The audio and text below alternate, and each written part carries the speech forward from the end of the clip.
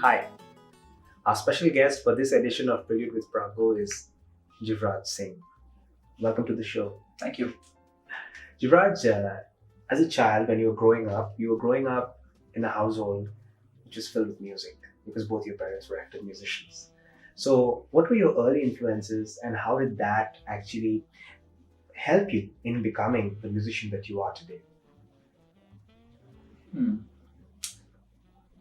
Well, I guess music was quite normalized in a sense. I thought that was the normal thing to do because those were my surroundings from the time I was still in the womb, I think.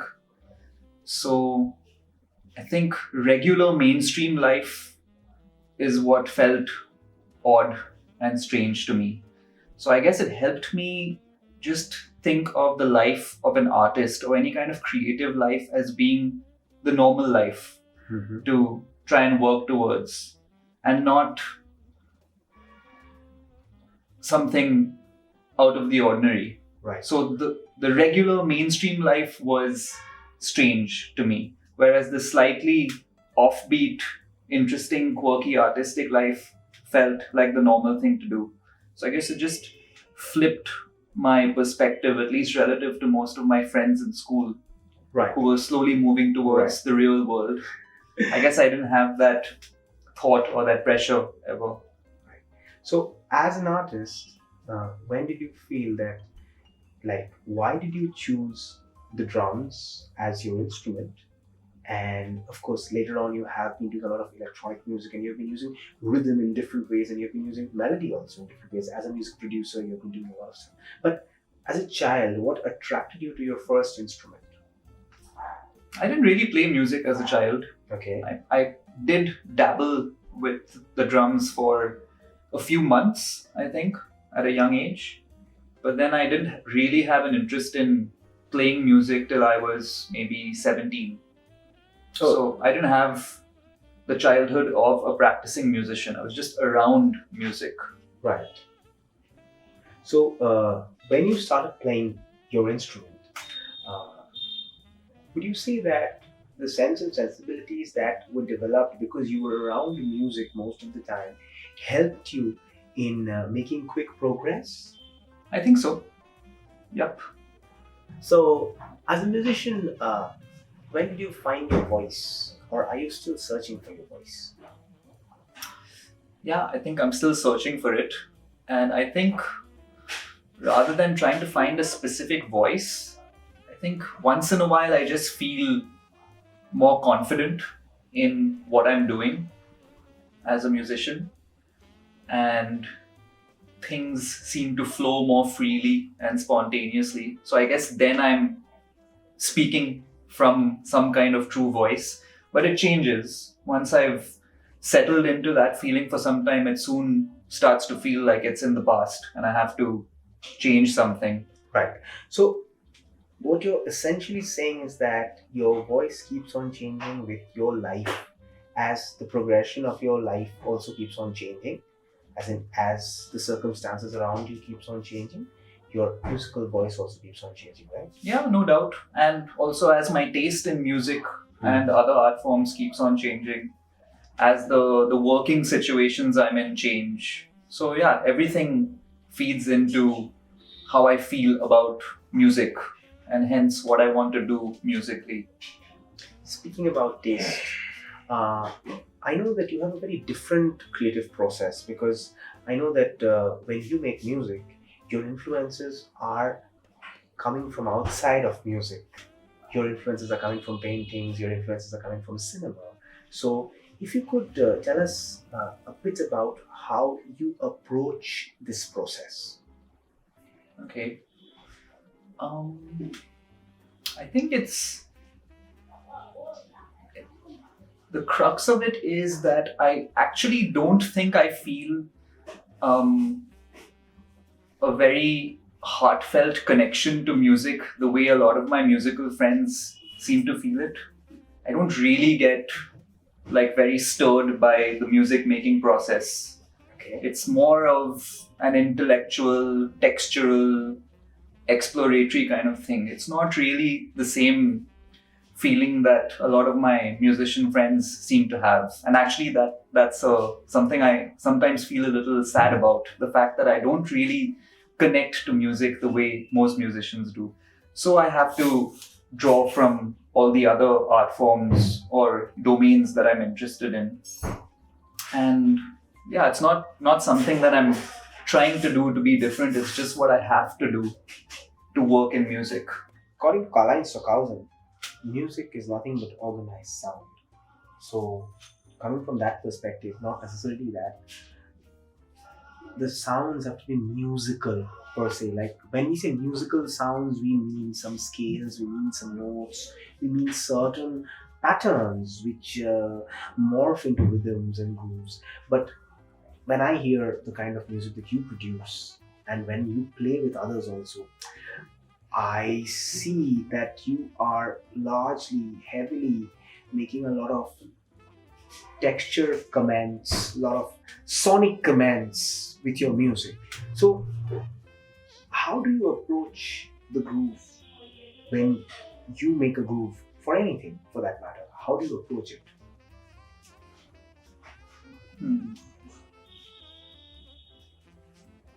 Challenging question.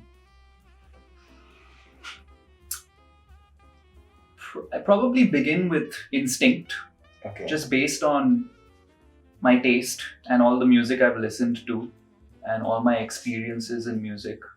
So just musical instinct to begin with. And that translates into something on the drums very quickly, because I feel something and I maybe have some thoughts and sensations, and then I can express them right away onto the instrument. I think the drums are a very good medium for that, since there are really no rules. It's a purely textural instrument. And then begins the process of recording what I've come up with, listening back to it, reflecting, and then getting into more of an editing mode. So I would say most of the time is spent editing. So it's a subtractive process for you, right?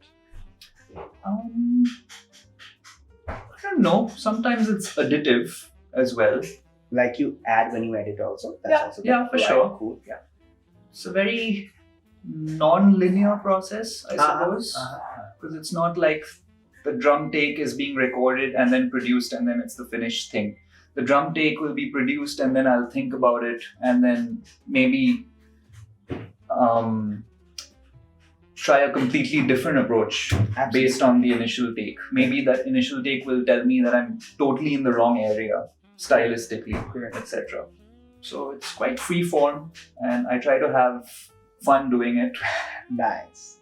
Speaking of editing, for many of our viewers who do not know that Jivraj had joined SRFTI in the editing department, and he is one of the grooviest editors that I know of, video editors I'm speaking about, because his work before that, like when he was in St. Xavier's, at that point of time I have seen a couple of his works and I really liked what he was doing. And like they say that music influences edit and edit influences music. Do you believe in that, and does it happen for you too?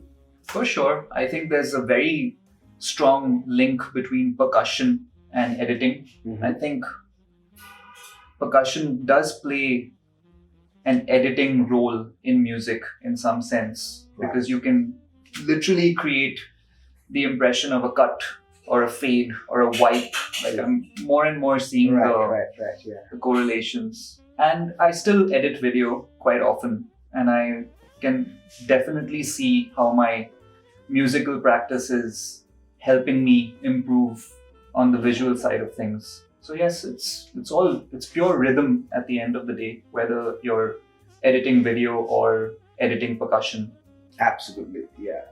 And let's also take this question a little further, and let's take this question to a zone which I have always spoken about outside. I know that you would also have something to say about it. When it comes to education, especially if we speak of music education or film education, then there are many places where a lot happens other than education. like in the sense, when you're going to a film school, you're expecting to get an environment which is very, what to say, very welcoming, which is very groovy. But we know, like both of us know, that that was not the case for either of us back in our days in our institute. Of course, a lot changed as I became a senior over there, and Right. as a lot changed, a lot happened. But back in those days, that was not the case. So, do you think that somewhere down the line there should be a regulatory authoritative practice within all of us? I'm not saying that we need a disciplinary body, because no artistical institute needs a disciplinary body according to me.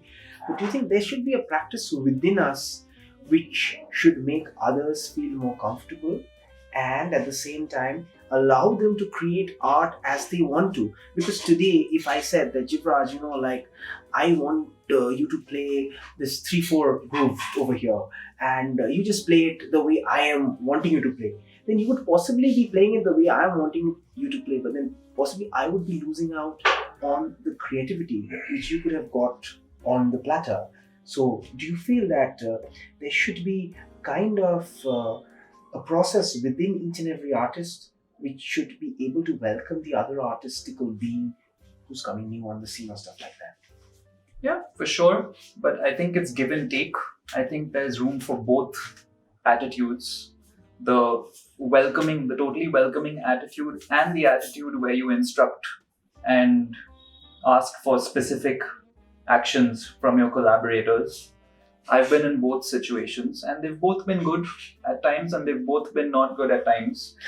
So I think it's an extremely varied and unpredictable field or domain, art in general, of course. Yes. But I think kindness and open-mindedness are useful things to have. Right. Actually, I mean, I think that is the main place, kindness and open-mindedness, especially because when you are going to a new territory which is not your territory, if you find people who are kind, who are open-minded, then that really helps you to realize your best possible.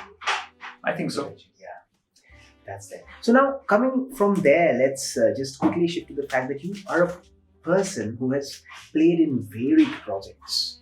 I mean, you have played with Nitin Sawhney, you have played in Bollywood and Tollywood film projects. You have played with Amita, of course. You have a project with Nishchay. Then you have your own stuff which you keep on making. So all of this entire palette, it's a really varied palette, musical palette. It's a varied palette. So how do you fit in as a character? Because what I feel is that you are actually playing different roles, because what's required are actually completely different ways of approaching the sound.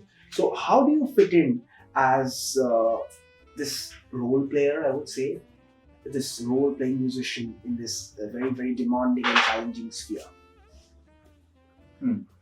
I think it began just because I had diverse tastes in music and in all matters in life in general. I just want to explore a lot, whether it's art or conversations with people or places to travel to. I just like exploration and I like variety.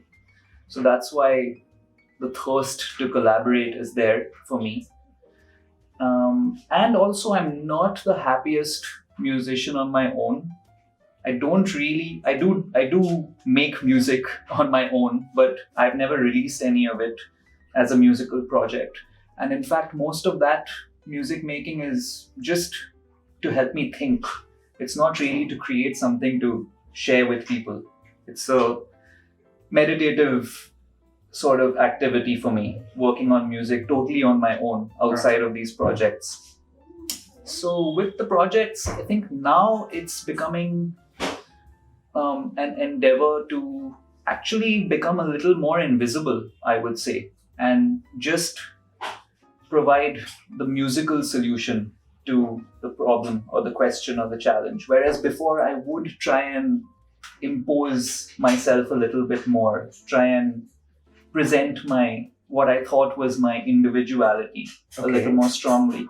Whereas now I'm more interested to take a step back and just let the music come through. And maybe sometimes the solution is for me to not do anything. Right. Right.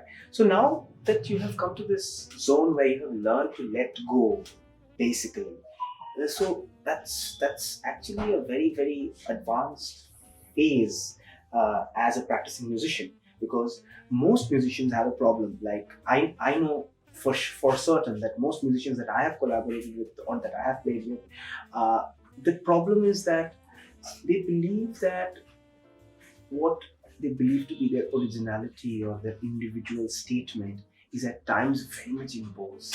Mm.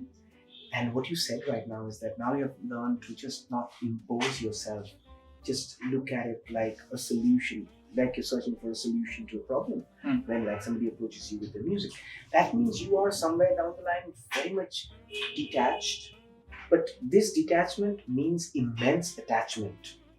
Mm. So how do you know, like, actually, how were you able to balance this entire format internally to create this attachment? Though most of the audience would feel that it's a detachment, but but I actually think it's an immense attachment actually. So how were you able to create this, and what were the things you did to reach to this point? I think it's quite reflective of what's going on in my life in general right now and over the last few years, which is definitely, I would say, more of an inward trajectory where I'm less caught up in what's happening in the social world and putting less energy into projecting outwards and just putting more energy into taking a step back and trying to think about what I'm interested in, why I'm doing the things I'm doing, what's been working well, what hasn't worked well, a lot of reflection. And I think it's just a phase. It's just an inward phase for me. Perhaps there will be another outward phase where I'll want to express more strongly 10 Right. years later, Right. where I'll feel like that's natural for me. It's just that currently this feels more natural for me to be more reticent, I think. Ah. Yeah. After the event of the pandemic, the recent pandemic that's gotten us, the routine that you had before, where you were playing live shows and you were actually physically going to the studio more and stuff like that, must have taken a little bit of a blow, right? Not really in my case, because I actually wasn't going to any studios and I wasn't playing that many live shows for about 1.5 years prior to the beginning of the pandemic. So I was already kind of in that mode of Okay. life, which is staying largely at home. So my life didn't change that much due to the pandemic because I was already largely staying at home because I have a studio at home. And I was mostly just doing my own thing at home, not really socializing that much. Playing the occasional show, but not like anything regular. So no, my routine didn't change that much. I think it just got more focused because everyone else's routines started to resemble my routine perhaps a little more. Nice. So just share your routine with us. Like, what is your normal routine?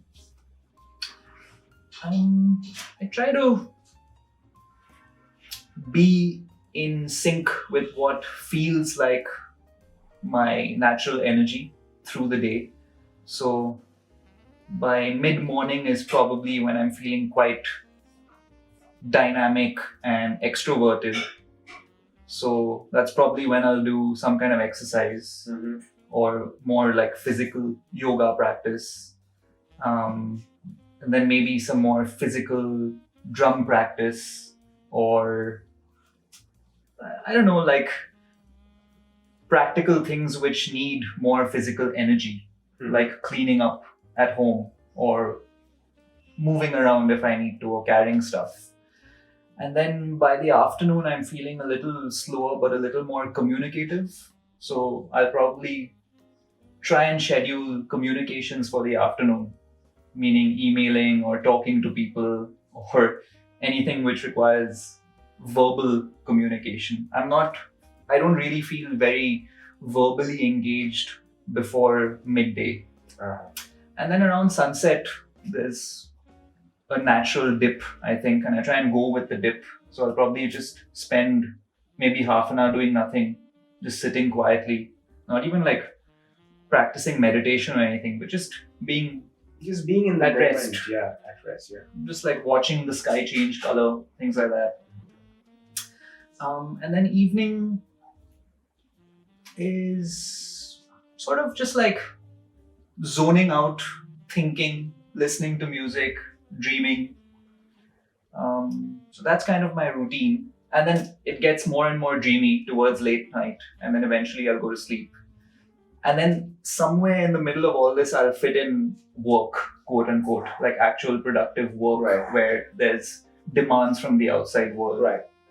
So, when you are actually embracing such a graceful flow for artistic development, that is, your routine is actually something which is a very natural flow which comes from within.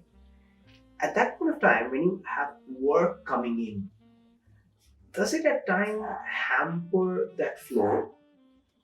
Or is it that since this flow also teaches you a certain amount of discipline, you have a system whereby you can bypass that initial, like, I don't feel up to it today, I'll do it tomorrow, and you do it? No, I still struggle with that, to be honest. All right. I'm not, sometimes I am disciplined, sometimes I'm not. I think I'm just trying to figure it out. I think I'm just an average human being trying to live and learn. And sometimes it's hard to do work.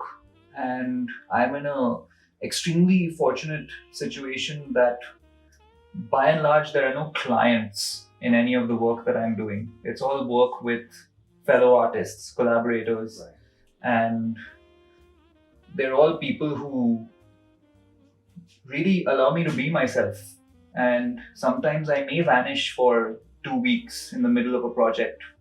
And maybe that's a little self-indulgent and irresponsible, but they allow me to do it without pushing me. So I think I'm just in a pretty blessed situation where I'm really able to live life on my own terms most of the time. All right. So, are you an ardent traveler? Yeah, I enjoy it, but I also don't mind being at rest in one place. If we look at it in that way, then we are never at rest, right? Like, say, when you play music, you are traveling inward, aren't you? And the scapes are changing within. Yep. So, even if you don't want to travel, you're traveling, right? Yeah, I wasn't thinking about that level of the word travel. But yeah, I guess in that sense, I'm definitely moving around a lot. Right, exactly. No, actually, I meant it in that sense only because the way we have been approaching your process, and what I feel is that also one thing which I would want you to speak about, especially to those who are interested in taking up music. I wouldn't say as a profession or as a passion, but seriously, because nowadays we are at a time when these words, profession, passion, they are also very relative. Because what's profession for you might not be profession for me. When you perform to your utmost, that might be out of passion and not out of being feeling professional, right? Mm-hmm. So that's there. So what would be your advice to especially large amount of instrument players and also possible music producers who are like, I would say, who want to start their career? What would be your advice to them? Because right now we're going through a time where it's very difficult to do exactly what you want. I would definitely recommend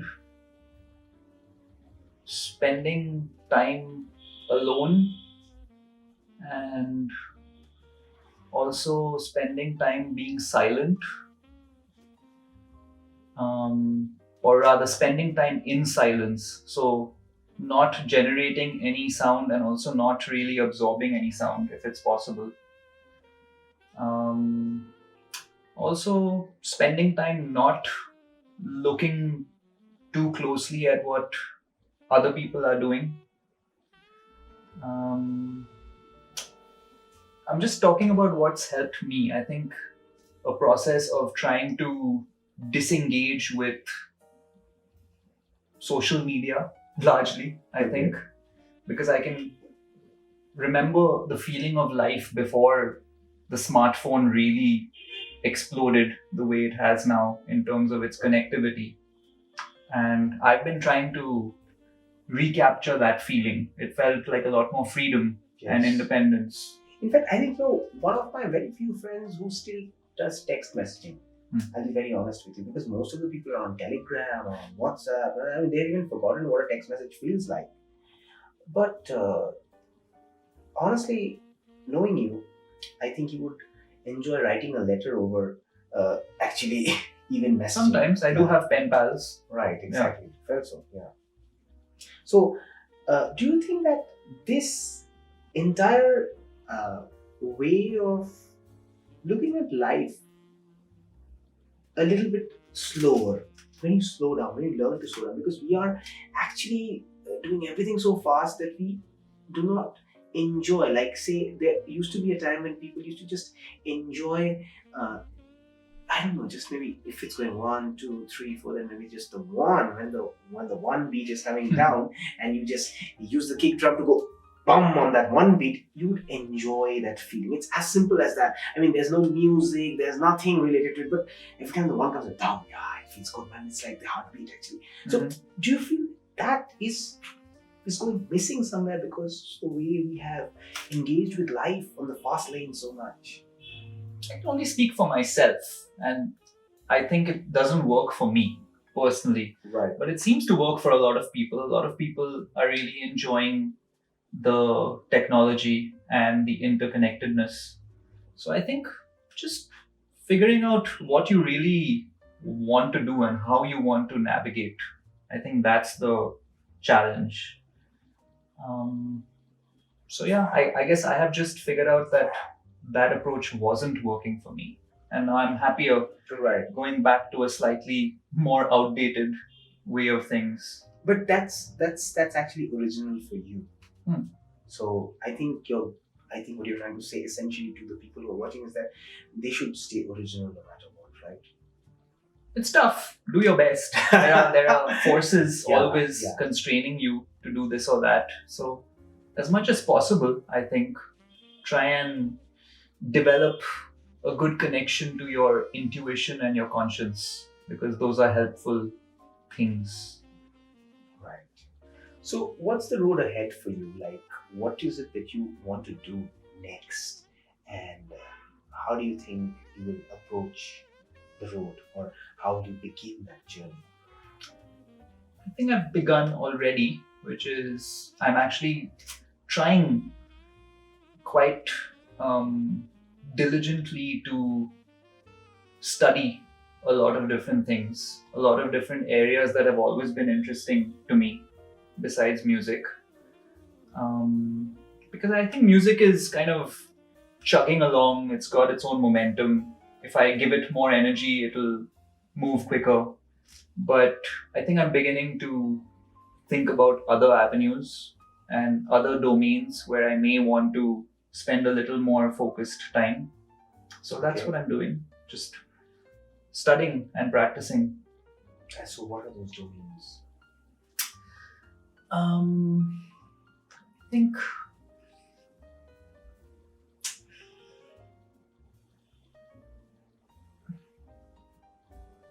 to actually narrow down the field of interests is a little difficult, because I feel like it's Really? at the intersection of many different areas. Okay. Um,